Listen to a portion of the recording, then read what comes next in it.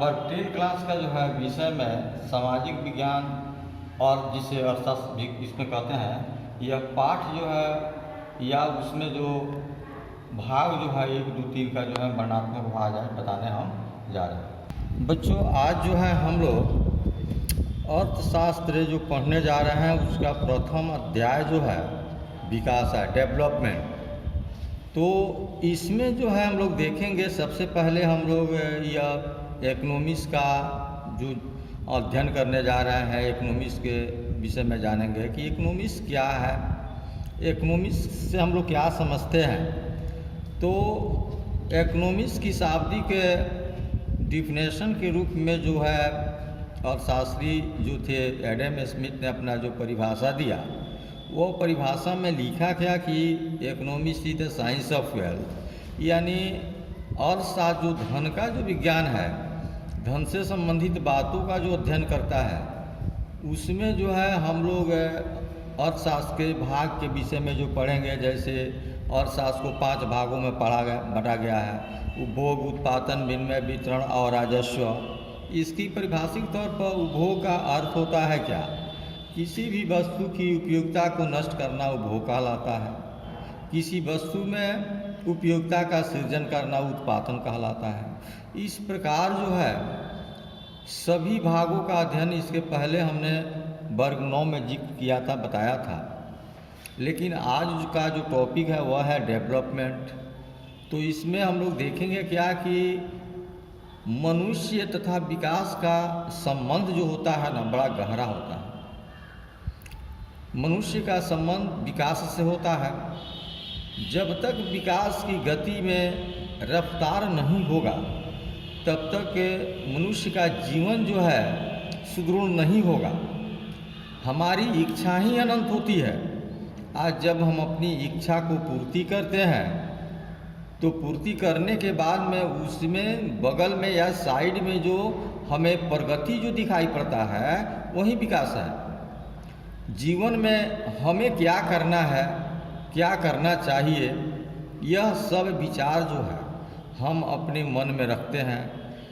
कोई भी देश जो है वह कैसे विकास करेगा, इन सभी बातों का ध्यान हम सभी नागरिक को रखना पड़ता है। एक छोटे से घर को चलाने के लिए, छोटे से परिवार को चलाने के लिए विकास की आवश्यकता होती है, हमें ज़रूरी वस्तु की आवश्यकता होती है।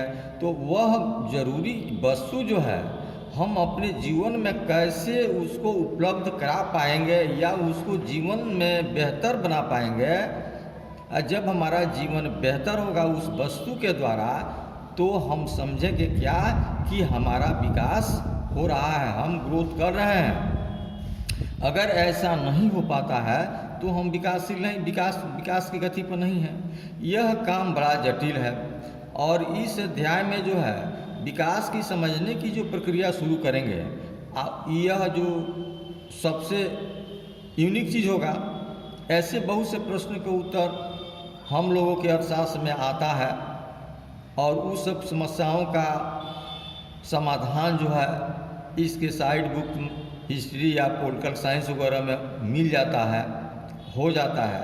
लेकिन इन सभी से हटकर एक ऐसी सब्जेक्ट है या विषय है अर्थशास्त्र, जिसको जो है जिसमें जो है लोकतांत्रिक से लेकर बड़े बड़े प्राधिकारियों से संबंधित यह बात इसमें अंतर्निहित होता है।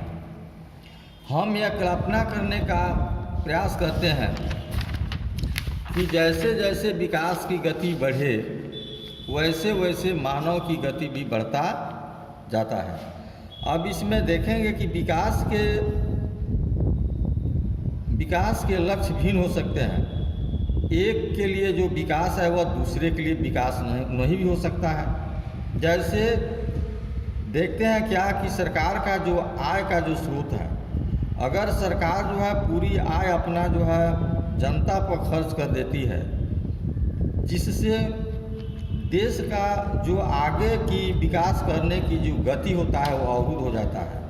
इसका मतलब यह होता है कि सरकार जो है जो विकास की काम कर रही है, हम पब्लिक जनता की तो विकास हो रहा है, लेकिन देश जो है अविकसित अवस्था में रह जाता है।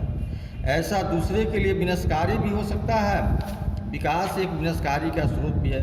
एक बार मनुष्य जो है नियमित आय के साथ साथ स्वतंत्र समानता, सुरक्षा और सम्मान भी चाहता है।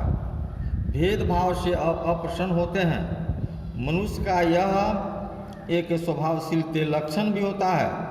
कुछ मामलों में आय और अधिक उपभोग हो जाता है, जैसे हमारा इनकम कम है और खर्च अधिक हो जाता है। जीने के लिए केवल भौतिक वस्तु ही पर्याप्त नहीं होती है, इसमें जो है बहुत से ऐसे भी द्रव्य होते हैं या हमारे दैनिक जीवन में बहुत सारे ऐसे वस्तु भी होते हैं जिस वस्तु को हम प्राप्त करना चाहते हैं, और जब हम उस वस्तु को प्राप्त कर लेते हैं तो हम समझते हैं क्या कि हमारा विकास हो रहा है। लेकिन हमारे बेहतर जीवन यह अभौतिक वस्तुओं पर निर्भर करता है। अगर हम यह बात स्पष्ट नहीं कर लगती तो अपने जीवन में अपने मित्रों की भूमिका, अपने जीवन में अपने मित्र के बारे में भी सोचेंगे। यदि उसके बाद जो है हम अपने घर के विषय में सोचेंगे, स्थान नौकरी करने के विषय में भी सोचेंगे। इस तरह विकास की गति जो है यह मिले जुले लोगों का लक्ष्य का एक साधन होता है। सच यह है कि इसमें बहुत से लोग जो है वेतनभोगी हैं, कृषक हैं या बिजनेस व्यवसाय करने वाले लोग हैं। तो ये लोग भी जो है अपने विकास की गति के विषय में सोचते हैं कि कैसे मेरा विकास संभव हो सके। तो उनमें से किसी के विषय में आप स्वयं भी निश्चिंत न हो, यह जानना बहुत ज़रूरी है कि देश के विकास के विषय में विभिन्न लोगों की धारणाएँ भिन्न भिन्न होती है। किसी का पक्ष में होता है तो किसी का विपक्ष में होता है। सभी विचारों को बराबर महत्व दिया जा सकता है। यदि परस्पर विरोध भी है तो इसमें कैसे हम निर्णय लेंगे और कैसे निर्णय लेकर के हम इसमें आगे बढ़ेंगे और न्यायपूर्ण काम करेंगे, यह सब हमारे मंतव्य पर निर्भर करता है।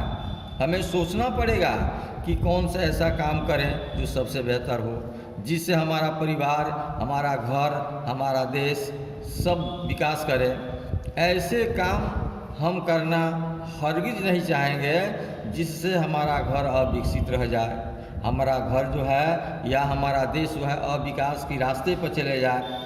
तो इन सभी बातों को सोच करके अगर हम गतिशीलता बनाए रखें और विकास के पर्याप्त साधनों का सही रूप से सदुपयोग करते रहें तो इससे मेरा घर ही नहीं बल्कि देश भी विकास करेगा। यही विकास की धारणा है।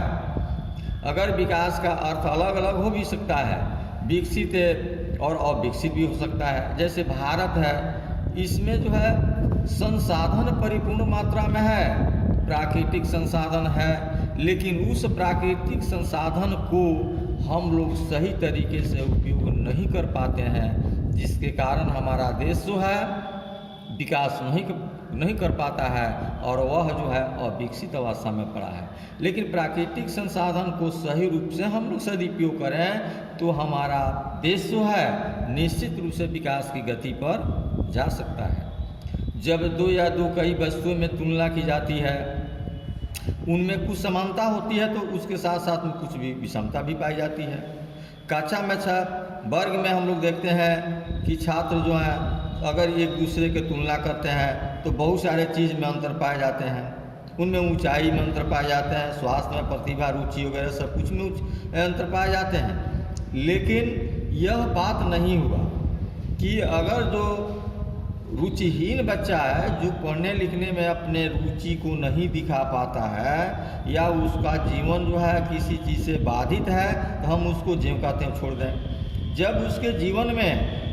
जब उसे जीवन से संबंधित बातों में सुधार करने की इच्छुक जब होंगे और वह सही मार्ग पर चलने के लिए अग्रसर होगा तो निश्चित है कि उसका विकास होगा, उसका जीवन सुधरेगा। उसी प्रकार अपने देश के विषय में, अपने परिवार के विषय में, अपने घर के विषय में भी हमें विकास के विषय में सोचना चाहिए। बुद्धिमान व्यक्तियों का यही एक लक्षण होता है कि समाज को जब तक साथ मिलाकर के नहीं चलेगा तो वह जो है अपने जीवन में कभी भी विकास नहीं कर पाएगा। इसलिए विकास करने के लिए सामाजिकता जो है अति आवश्यक होता है। हम व्यक्तियों की एक या दो महत्वपूर्ण विशेषताएं लेकर उनके आधार पर तुलना भी कर सकते हैं। जैसे विद्यार्थियों में देखते हैं क्या कि बहुत से ऐसे विद्यार्थी हैं जो मित्रतापूर्वक व्यवहार कर अपने साथियों से अच्छे व्यवहार वार्तालाप करते हैं। उनका जो है घटा बड़ा पूरा जो है उनके साथ में हो जाता है, एक साथ में बैठ कर पढ़ने से उनका विकास संभव हो पाता है। लेकिन कुछ ऐसे विद्यार्थी हैं जो किसी भी प्रकार का लेन देन अगर नहीं हो तो वह वर्ग में जो है अकेले ज्यों कहते हुए पड़े रहेंगे और उनका विकास जो है अवरुद्ध हो जाएगा। इसलिए विकास के लिए जो है सब चीज़ की आवश्यकताएँ होती है। एक देश, हम लोग को सोचना है कि हमारे घर की आय क्या है या एक देश की आय क्या है। नागरिकों की कुल आय को देश की आय माना जाता है। देश के बीच तुलना करने के लिए कुल आय को उपयुक्त माप नहीं है कि कितना इनकम हुआ, कितना व्यय हुआ। देश की जनसंख्या अलग अलग होती है। आय की तुलना करने से भी हमें जो है यह ज्ञात नहीं होता है कि प्रति व्यक्ति औसत आय कितना है, कितना कमा सकता है, कितना इनकम है, कितना खर्च है। एक देश के लोग दूसरे देश के लोगों से बेहतर होते हैं। इसलिए हम औसत आय की तुलना करते हैं कि देश की कुल आय को कुल जनसंख्या से भाग देकर निकाली जा सकती है। जैसे अगर अपने देश में एक व्यक्ति की आय की जानकारी प्राप्त करना हो तो हमें जो है प्रति व्यक्ति आय जानने के लिए एक फार्मूला का यूज़ करते हैं। एक जो है विधि है, क्या है उस विधि को मैं बता रहा हूँ कि प्रति व्यक्ति आय इज इक्वल टू होता है क्या, देश की कुल आय बटे देश की कुल जनसंख्या। अगर देश की कितनी आय है, साल में कितनी आय होता है देश को, और हमारे देश में कितनी जनसंख्या है, उस आय में अगर जनसंख्या से भाग दे देते हैं तो देने के बाद हमारे देश में प्रति व्यक्ति का आय का पता चल जाता है। तो विकास, अगर प्रति व्यक्ति आय अधिक है तो हम समझेंगे क्या कि हमारा देश का विकास हो रहा है, हमारे देश के नागरिक का प्रति व्यक्ति आय जो है अधिक है और हमारा देश जो है विकास की गति पर है। अगर आय से यह प्रति व्यक्ति आय जो होता है न्यूनतम होता है, कम होता है, तो हम समझेंगे क्या कि हमारा देश जो है विकास की गति पर नहीं है, बल्कि यह एक विकासशील देश की राष्ट्र में है। इसलिए बच्चों, हम सभी को जो है अपने देश का अगर विकास करना है या अपने आप को विकास की गति पर लाना है तो सभी को मिलजुल करके यह जो है प्राकृतिक संपत्ति को सदुपयोग करना होगा, और करने के बाद जो है हम जो है सही मार्ग पाएंगे और हमारा विकास आगे बढ़ पाएगा। इस पाठ में जो है, इस चैप्टर में जो है कुछ ऐसे प्रश्न हैं जो प्रश्न को हल करना है और नोटबुक में बना करके लाना है। जैसे ही विद्यालय खुलेगा सभी प्रश्न जांच की जाएगी। धन्यवाद।